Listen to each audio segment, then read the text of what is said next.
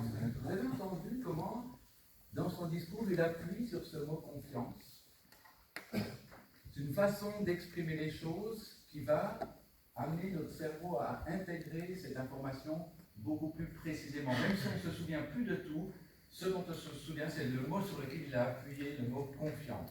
C'est des règles de communication. Aujourd'hui, je n'ai pas de slide pour la présentation, parce que j'avais pris un petit peu à l'arrache, et puis je ne voulais pas envoyer un email à 5 h du matin pour l'inclure. Je viens à nouveau, je crois que j'avais déjà présenté quelque chose sur les métaprogrammes. Les métaprogrammes, qu'est-ce que c'est? Notre cerveau va encoder l'information du monde, va laisser entrer toutes les informations du monde au travers de chacun de nos sens. Nos 5 sens, c'est ce qui permet à notre cerveau de se faire une représentation de l'espace, des gens autour de nous. Ces informations vont être encodées dans notre cerveau, un peu comme dans un ordinateur, au travers des métaprogrammes. Les métaprogrammes, c'est comme des logiciels qui vont classer ces différentes informations. Et on a tous ce qu'on appelle des métaprogrammes différents. J'en ai pris 5 pour aujourd'hui pour ne pas vous surcharger. Peut-être, notez-en juste un qui vous parle pour que vous puissiez observer ces prochains jours, ces prochains temps. Quand vous communiquez avec quelqu'un, essayez de repérer quel est ce métaprogramme. Il ne sert à rien de le faire avec les 5 parce que c'est trop d'un coup, mais juste un. Il y a le métaprogramme qu'on appelle la référence interne, référence externe. Qu'est-ce que c'est ça? Quelqu'un qui est en référence interne, pour pouvoir savoir si ce que vous lui dites est intéressant ou pas, va aller chercher dans ses expériences à lui. C'est lui le cadre de référence. Si vous dites à quelqu'un qui est en référence interne, tu sais, moi je pense que ce produit il est bon pour toi, sincèrement c'est perdu d'avance, il s'en fout. À cette personne-là, il va falloir aller communiquer notre information pour qu'il aille lui-même chercher dans ses expériences si ce produit-là est bon ou pas. Quelqu'un qui est en référence externe, par exemple, si vous lui dites ce produit c'est bon pour toi, il s'en fout. Si vous lui dites ce produit il est bon pour ta famille, là, l'information, elle va être véritablement encodée dans son cerveau comme étant ça, c'est important. Et là, il va être beaucoup plus intéressé non seulement à écouter votre discours, mais aussi à acquérir votre produit. Il y a des personnes qui sont en accord ou en désaccord. Peut-être que vous avez déjà vu certaines personnes qui sont toujours en désaccord. On appelle ça les désaccordeux. C'est-à-dire que vous dites quelque chose et ils ne sont pas d'accord.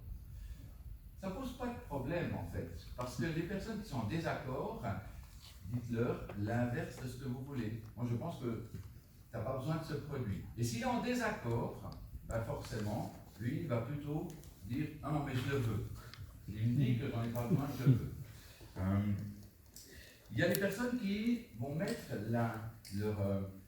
leur attention sur la différence et d'autres sur la ressemblance. Si vous dites, moi je travaille dans la thérapie, si je dis à quelqu'un qui est en référence ressemblance, si je lui dis à la fois suivante, quand il vient, qu'est-ce qui a changé dans sa situation, il va me dire rien du tout. Parce que lui, il regarde les choses bien. Qu'est-ce qui est identique à la fois d'avant? Si vous dites à une personne comme ça, vous mettez vous appuyez sur ce qui démarque votre produit, ça ne sert pas à grand chose. Là, il faut plutôt appuyer sur ce qui ressemble aux autres produits. Il y a des personnes qui sont dans la référence aller vers ou éviter de. Il y a des gens qui vont éviter les problèmes. Il y a des gens qui vont aller vers la solution. Si je vends une assurance, par exemple, pour quelqu'un qui est évité de, je vais plutôt appuyer le message sur le risque. Et puis sur ceux qui sont allés vers, je vais plutôt appuyer le message sur d'autres informations. Et puis le dernier qu'on va prendre aujourd'hui, c'est les personnes qui sont globales ou les personnes qui sont spécifiques. Une personne qui est globale, le détail de votre produit, la température qu'il fait dans les serveurs pour classer les informations, on s'en fout. Donc là, il va falloir lui donner des informations très globales et ces informations vont être importantes pour lui. Une personne qui est spécifique, vous lui amenez la spécificité. Jean-Philippe Dreyfus, il a cette spécificité-là et il appuie sur ce message-là.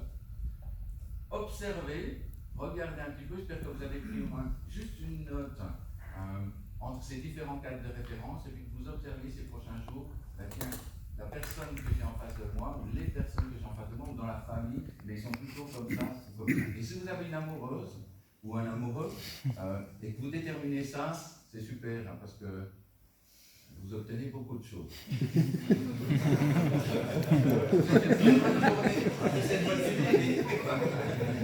C'est une bonne journée, merci.